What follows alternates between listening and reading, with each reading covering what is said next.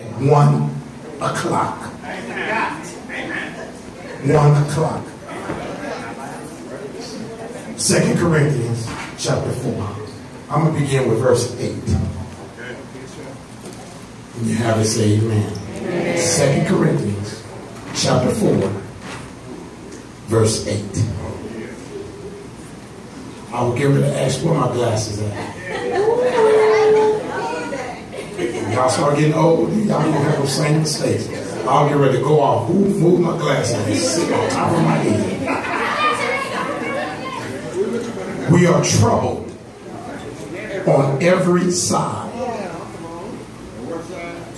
Every side, not just one side. Every side. Every side. Some Bibles say hard pressed on every side. Yet not in distress. We are perplexed, but not in despair. Persecuted, but not forsaken. Cast down, but not destroyed. I want to talk about challenged, but not conquered. Maybe seated. I'm challenged, but I'm not conquered. I'm challenged, but I'm not conquered. Challenged. The word challenged means to be impaired, to be disabled in a specific area, lacking or deficient in a certain respect. Something that makes it difficult to you to perform your abilities. Challenged. God put in everybody the ability to get stuff done. But the enemy will challenge you so you can't get it done. As a child, I had to go to speech therapy. I had braces on my leg because I was so bow-legged to straighten out my legs. I was one of the fastest runners in my class, but you could never tell when I had them. Speech therapy. We all have disabilities, and Satan will use your disabilities to stop you from doing something for God. Come on. And we'll never know what that disability is until you attempt to do something for God. When I was out there doing what I was doing, it seemed like nothing stopped me. Come on. But the minute I changed my life for the better, it seemed like everything and everybody trying to stop me from doing what God called me to do. Challenged but not conquered. The word conquered means winning by war. To overcome by physical, mental, or moral force. The devil is trying to conquer you. Yes, he is. Through your mental, through your morals, and sometimes he wins. But don't you give up because he wins one battle. Right. Say that. Right. It's a difference between winning a war and winning a battle. Right. Through the season, a team may lose a game. But that don't mean they're not going to take the series. Come on. Please hear me. This has been a tough year for everybody. All you hear about is different types of killings. We're living in a day and age where fathers are killing their kids. Parents are killing their own kids. I thought we are safe with our parents. You're not even safe with your own parents. Then he's going to try to stab himself and try to say that somebody tried to kill us. Later on, he has some problems with his wife. Why I got to die because you have a problem with somebody else? There's immorality, and it's getting worse. The church is falling away little by little. Nobody have time to do God's will. We are so busy doing everything else but ministry. We want the world to get better, but nobody wants to put forth an effort to help change it. We lost our zeal. We lost our faithfulness.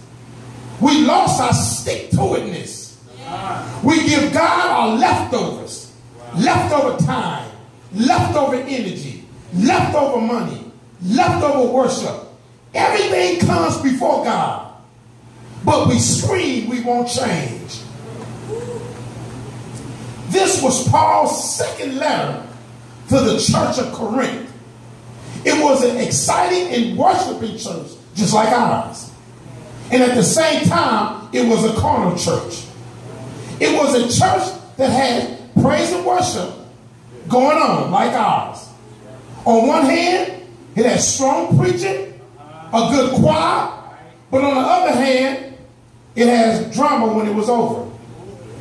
There's division among those people. The people not speaking to one another. It was different cliques in the church. There's immorality going on at that church. People taking each other to court. It's not like the church of the 19th century. Wow. Nothing new. This church was doing great. But on the other hand, it had its challenges. It had its challenges. There's no perfect church, people. So stop looking for perfection. Because when you joined, you made it worse. You leave this church, you go to another church, stay there long enough, you find out it's mess everywhere. Are you listening? So Paul had to write 2 letters to this particular church. The first letter, Paul had to straighten out the mess that was going on in the church. And they got mad at how Paul got personal with them about their behavior. Just like y'all do when I talk about y'all behavior. You get mad at the person who's telling you. And they started challenging his authority. You always got some people who challenge authority everywhere. They run from the police. How you going to run from a helicopter? I heard about the helicopter shot a man down. They shot him from in the helicopter. Wow. They saying we're going to give the helicopter permission to shoot him now. We only got to worry about the people in the car shooting. Now we got to worry about the helicopter.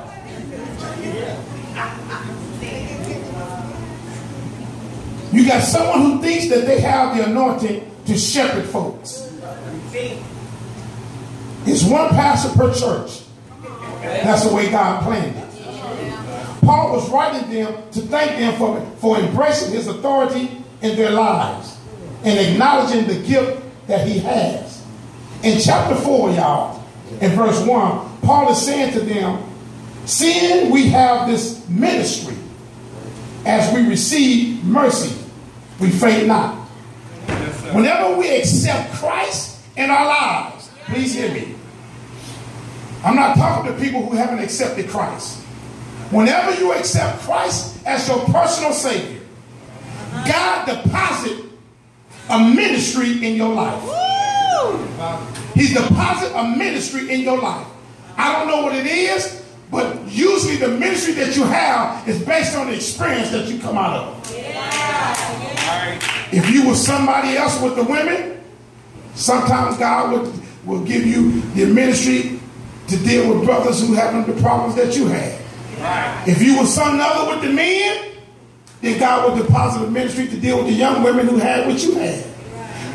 When you overcome your problem, then you can help somebody with their problem. But it's hard for you to help somebody with their problem with the same problem. Come on. It's hard for you to say you need to stop smoking. God needs to deliver you from smoking, from that habit. And I don't come down on people with habits until you have one. When I was in the hospital, people, when I got shot, Melvin, I got addicted to the painkillers. I never knew what addiction means till I got addicted to painkillers. I got addicted to my heart going fast. It was a feeling that I was getting. And they told me, whenever you feel pain, call us. I was calling at pain.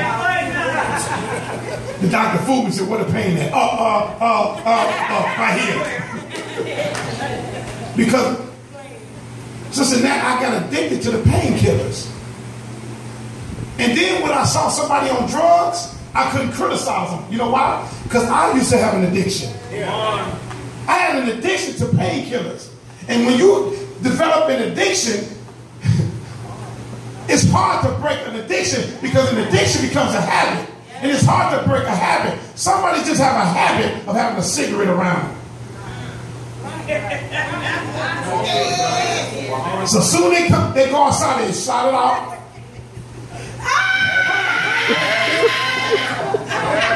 Y'all laughing, but y'all know I'm telling the doggone truth. Some people keep a weed blunt right in their ear. Some of y'all keep it right in y'all ashtray.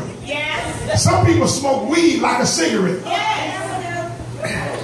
in public. They smoke it like, I mean, it's legal. They legalize slaves. They treat it like it's nothing. And I said, wow, times are different now. They just put it out there. Whenever you want to acknowledge, whether you acknowledge your ministry or not, it's there. We all have a ministry. We all have an assignment or a call for something for you to do. God didn't save you just to sit in church or sit at home or sit on a job and do nothing. Because you do all that overtime and the results, you get money for it. But you don't do no time for God. That's why you ain't getting no results. I want to see some people say, you know what? I got to spend some overtime for God, for my church. And when somebody says, let's go out, I can't because I got to do overtime for God. Well, when I'm hearing a member say that, you know what, Pastor? We had to go somewhere, but you know what? I told him I can't go today because I got to do some overtime for my church. Amen. See how quiet y'all got? So when somebody going to do overtime for God, when somebody going to go above and beyond for God, you do it for your boss. Undertime.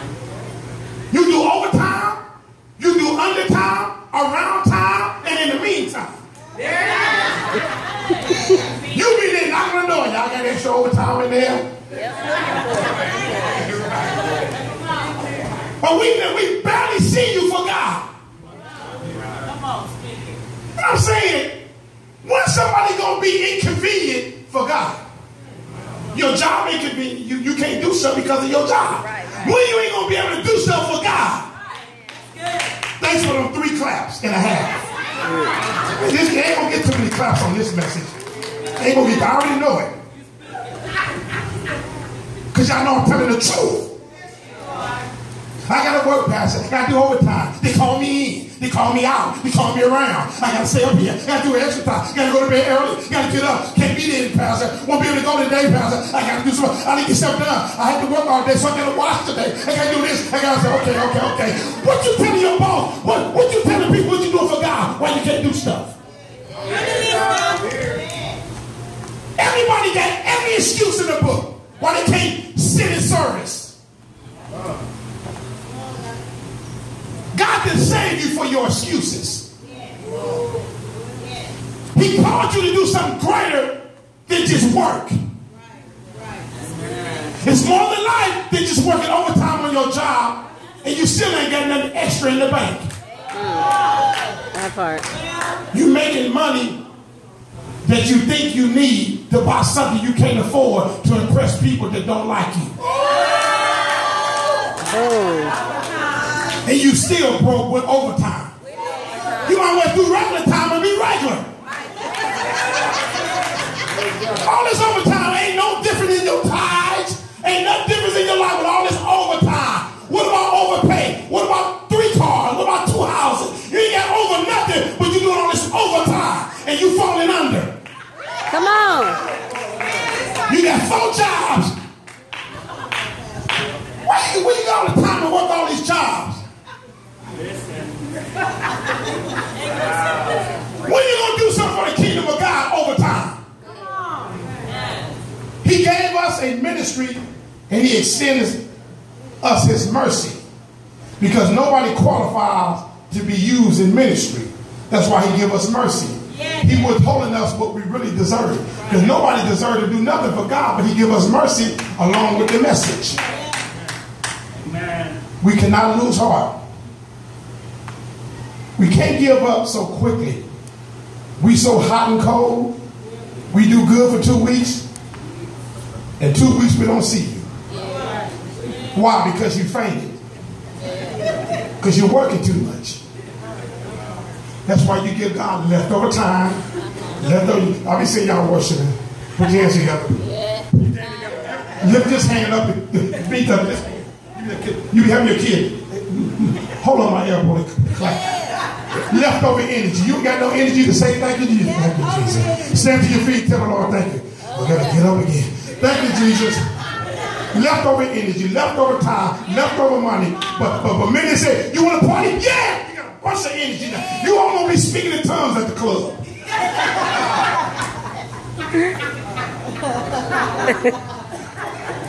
Okay, man. Verse 7, Paul said, we have this treasure in an earthen vessel.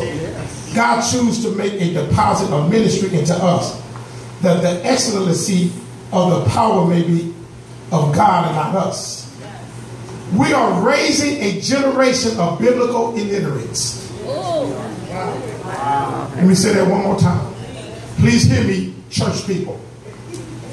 We are raising a generation of biblical illiterates. And it's your fault. You learned the Bible. Why you won't make your kids learn it? Your kids don't know nothing about the Bible with your Christian self. You say you live in a Christian home, but none of your kids know nothing about the Bible. Right. Stop saying you live in a Christian home. Just say I live in a home. There ain't nothing Christian going on in there. I thank God he chose me to do his will. Look at you. Can't come to one service a week faithfully. And when you come, you can't stay awake to hear the word. Bible study is so foreign to you, and Sunday school is the devil. You reject every effort to come. You close your ears to hear the announcements because you already made up in your mind that you got other things to do. I bet y'all don't forget about we had an hour at 3:30 because you don't plan. I'm gonna watch at the church. At 3:30. That's why when they read the announcement, anybody paying 20 is no attention. That's why Sue Church, that's what you said at church. I don't even say this because you ain't going anywhere. They made me do all this. Well, you're on 93rd, 9375, West, you make a right on Century. I do all that, you ain't coming anywhere. Making me think you gonna come. I'm gonna keep a hammer in my hand. And you ask me what the church is, you don't come, I'm gonna come to your house and knock you out. I'm sick of y'all with that. Pastor, where the church at? Okay, you make a right on Carly, go down the period, make a left on Century, the church right there. Okay, it's on the right, the left, and the south, and you still don't come. Stop asking me for directions. Let me get back happy. That kind of stuff makes me mad and get under my skin. Some of you ain't even went to a 3:30 service this year. We ain't gonna talk about last year because you didn't go to none last year.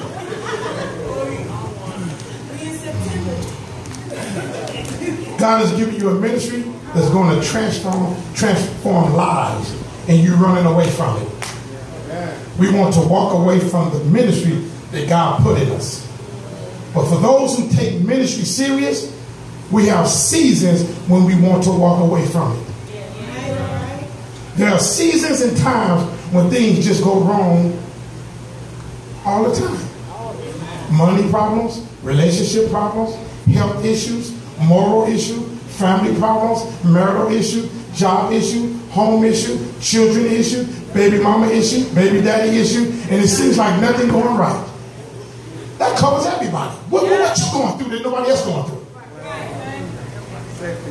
The second time, I'm going to keep a hammer for the direction, And I'm going to keep a stick when people say I've been going through. I'm so sick of people saying I'm going through. What you going through so different? You ain't breathing. You breathe water. We breathing.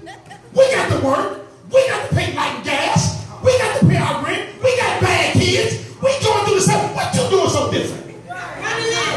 That part. Well, you know, I want to. Come on now. What you going through is so important that we not going through. Well, I got a lot of kids. Me too. You know them kids? I know about them bad kids. My kids don't clean up either.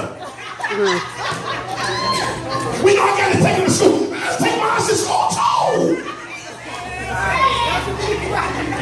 I'm trying to see what excuse that you come up with that we all going through the same thing.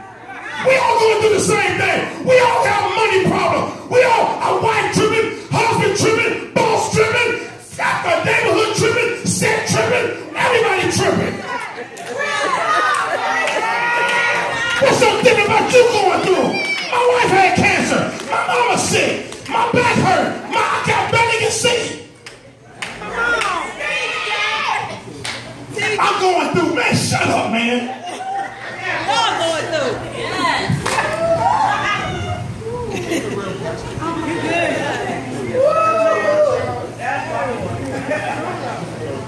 The reality is that life has a way of throwing stuff your way. Soon as I get over one hurdle, here comes another hurdle. I ain't got my feet down from landing from one hurdle. Here comes somebody throwing another hurdle at me. Come on. Just saying. Soon as I get through with one problem, here comes another problem rises. Soon as I get through with one issue, here comes another issue. Soon as I get through resolving one deal, here comes another deal. Soon as I pay one bill, here comes another bill. We just got to looking at the light bill. They said they didn't charge us last month. I got to suffer on y'all mistake. Won't y'all pay for it? Right. They make a mistake and gonna charge us for their mistake. They paid somebody twice on one check. How did that happen? That part. I mean, one deadline, here come another deadline. Paul is telling this church that he understands all these challenges. He knows about all the challenges that the church faces. But he has good news. Look at your neighbor and say, that's good news. Good news. And verse 8, there are 4 things we face in ministry. Quickly, I'm going to name them quickly. The first thing, everybody pressed. And we pressed on every side. Verse 8, so we are troubled on every side. I mean pressed. Pressed to be pressured, to be surrounded by circumstances, to have affliction, to close in on you until you have no room to move. And that's how ministry can do you. It seems like nothing is going right. Everything is going wrong. It's like everything coming in on you. We trying to get a plus in the bank and seem like we take 2 steps forward and we can knock back 3 steps back. We distress and we press. We just press. See, like everything coming. Have you ever felt that everything was coming down on you? Yeah. Don't get discouraged. Don't quit. Don't walk away. Don't throw in the towel. We may be pressed on every side, but we're not in distress. That means we're not crushed. The word distress means to be crushed. I got pressure coming in on me, but God won't let it crush me. God won't let it take me out. I'm still here. I cried my last tears, but I'm still here. I've been through some hell, but I'm still here. They left me for dead, but I'm still here. They walked out on me, but I'm still here. That's something to shout about. My job let me go, but I'm still here. I've been sick as I can be, but I'm still here. Look at your neighbor and say, I'm still here. What didn't kill you gonna make you stronger. Look at your neighbor and say, I'm stronger now. If it ain't going to kill you, it should make you stronger. See, I take a licking and keep on ticking. Somebody say, God blocked it. He didn't let me fall. He didn't let them crush me all the way. They may be sitting on me, but they ain't going to crush me. There's a curve in everybody's back. That means you get some bounce back. Come on. Get that. Come on now. It's been tough, but I'm still here.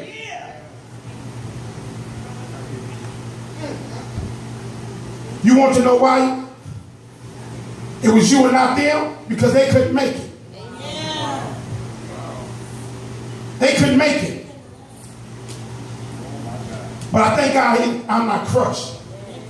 Then he said, we are perplexed. That means to be in a place where you don't even know what to do. How many people been in a place where you don't know what to do? Completely baffled. Very puzzled. Full of confusion as to why it happened. Why my mama? Why I got to go to chemo? Why the numbers in my chest? They don't even go to church, put a number in their chest. Why my child had to get shot? They kids don't even go to school. Let that kid get shot. Why my child obey me? They kids are disobedient. Let the bullet shoot that kid. Like I ain't never said that. I have. Perplexed. Why does that happen to me? One the person stole my water hose, let him go to chemo. Right. You ready to water my grass and no water hose. Some knucklehead stole my water hose. Let that knucklehead go to the doctor. If he's at the doctor, he could have been stealing my water hose. It's hard to steal when you're going through stuff. Come on, doctor. But not in despair. Despair, the complete loss or absence of hope. We have hope. Because when people get perplexed, they lose hope. But my hope is built on nothing less than Jesus Christ and his righteousness. Come on. We know God is going to make a way. God is going to do something. So don't you lose hope. You know why? Because I got a history with God. I got a pretty good track record with God. God always came through for me. He always answered my prayer. He always made a way out of no way. So I don't get perplexed because I know somehow, some way, God's going to get me out that thing. I don't care what it is. I don't care what it is. I don't care what it is. God's going to get me out that thing. Yeah, but I don't care what you're going through. I don't care how hard it is. God's going to get you out that thing. Look at your neighbor and say, stop worrying. Stop worrying. God's going to get you out of it. God gonna get you out of it. Because you got a track record with him. I got a track record with him. He said persecuted. We're persecuted.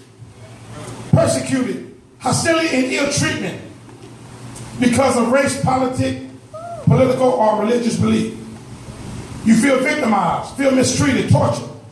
You feel like you've been harassed. We feel like we've been persecuted. Let me tell you this, y'all. We got 3 more minutes. When you're being persecuted, that's a good indicator that you're making a difference in the lives of people.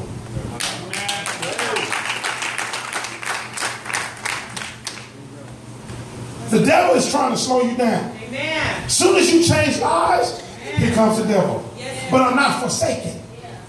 Forsaken to leave someone forever.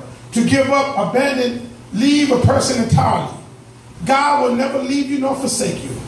God will never walk out on you. When my father and my mother forsake me, then the Lord will take me up. So I ain't worried about God walking out on me because sometimes people will walk away from me. If I could tell you the people say, I got your back, I've been here for you, I look around and I walk out of it. Sister Harris, I've heard that so many times till I'm numb to when people say it. Minister Lord, when people say, I got you, man, I got you, I got your back, I got your back. You can tell in their actions. But the people got to keep repeating themselves because they got to tell themselves that because they don't believe it. I got your back, I got you. They keep telling their own self that they really don't got my back. So I got to keep saying it to make him think that I got his back. So when I look around, they don't left. I said, where's so-and-so? That's the main one that was leading the march about I got your backness. I got your back. Well, the person that was leading the march about they got Pastor back. The person that was leading that march, they're not even here no more. And I didn't even notice it because they don't want to say, I got your back. So So I need to look back. But when I decided to look back, they weren't even there. God got your back. He will never leave you. Yes, God. God has not forgotten. Cast down or struck down, to be knocked down. The devil will cast some blows on you that may knock you down. But that's why the Bible said, put on the whole armor of God, that you may be able to withstand the wiles of the devil. That means Satan going to constantly throw stuff your way. And he's going to see how you're going to react to it. See, he got to throw family issues that they get okay. Let me throw financial issues out. But then they go, okay, they have low self-esteem. You ugly. You know what I'm saying? And you got low self-esteem. Now, you broke, you ain't got no job, but the minute somebody call you ugly, you give up. That's a wild of the devil that he throw at you. He keep throwing stuff at you to see when you're going to fall down. Because he's trying to knock you down, because in a fight, and two boxers are fighting, they trying to knock somebody down. If they don't knock you down, they're trying to get punches landed. Right. And Satan is trying to land some punches on you so you can lose the fight.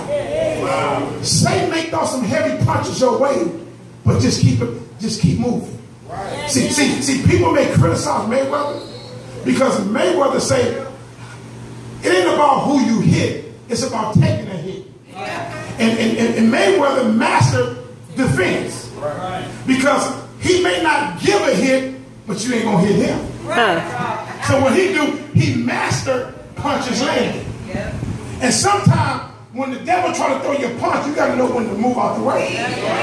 The Bible said resist the devil, and you got to know how to hit back. Because you got to wound the devil. You got to say, I'm gonna read his word. I'm a fast. I'm come on, Bible study. Oh, he got me on that one. Oh, I wounded. Ooh, you know what? Sunday school. You cast down, but you may get knocked down. But don't you give up, because the fight is not over. Come on. You may get wounded, but keep on fighting. I'm reminded of Michael Jordan, Kobe Bryant. When you name certain people that know how to play when they hurt. Come on. That's the difference between an all-star player and a regular player. Because an all-star player don't make excuses. And Michael Jordan said, I was hurt, but I said, leave me in the game. They said, Michael Jordan look like you're tired. I may be tired, but I ain't going to give up. And when I want to tell somebody, you may be tired, but look at your neighbor and say, don't give up. And don't give in. Don't give in. Because if you keep on fighting, you just may win. Yes, God. Because I read the end of the book. And the end of the book said, I win. And the devil, you